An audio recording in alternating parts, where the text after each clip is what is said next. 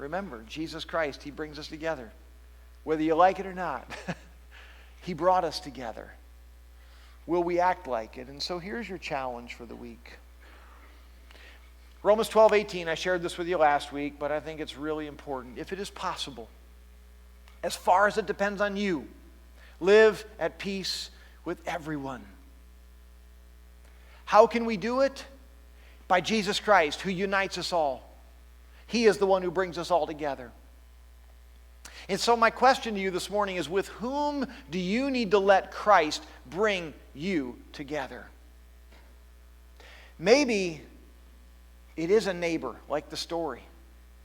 Maybe it is a neighbor that there's been some animosity between you guys. If that person knows Jesus Christ and you know Jesus Christ, then you're in the same family already. What do you need to do to work out those differences? Maybe it's a spouse, and there's been some tension for a long time, and you've allowed it to fester, and things are growing, What sort of communication needs to take place to be able to work through these things, to say, Jesus Christ makes it possible for us to be together. Even though we got maybe a lot of water under that bridge, there is a bridge that brings us together. Maybe it's between a child and a parent. Maybe there's some conversations you need to have. Maybe there's some post-COVID residual stuff going on. Maybe you got long COVID relationally. You know? The differences that came about as during COVID with all the division that was there, maybe you still haven't worked through some of those differences. There's still people that you're like, yeah, I don't mind being in the church with you as long as you're way over there.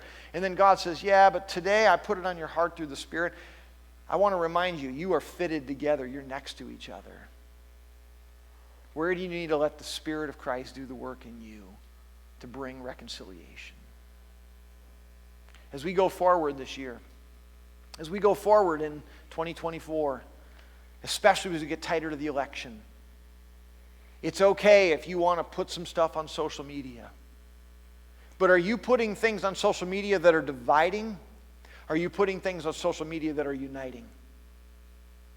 As you're moving forward and you say things and you put maybe signs in your yard, are you putting things out that unite, or are you putting things out that divide? You see, it's very important that we think through the ramifications. Just because I post it on social media doesn't mean that it's harmless. Just because I put something in my yard doesn't mean that it's harmless. As a pastor, I made a decision long ago. I don't put yard signs out in my yard. Because I don't want to be known for the person that I'm voting for. I want to be known for the one that I represent, that is Jesus Christ. It doesn't mean I can't have a political persuasion. It doesn't mean that I can't have an opinion. It doesn't mean that I can't make myself, my rights and whatever, known at the polls. But if anything has to give, I want it to be who I'm voting for, not my Lord and Savior Jesus Christ. So think through this unity talk as we move forward with you this year.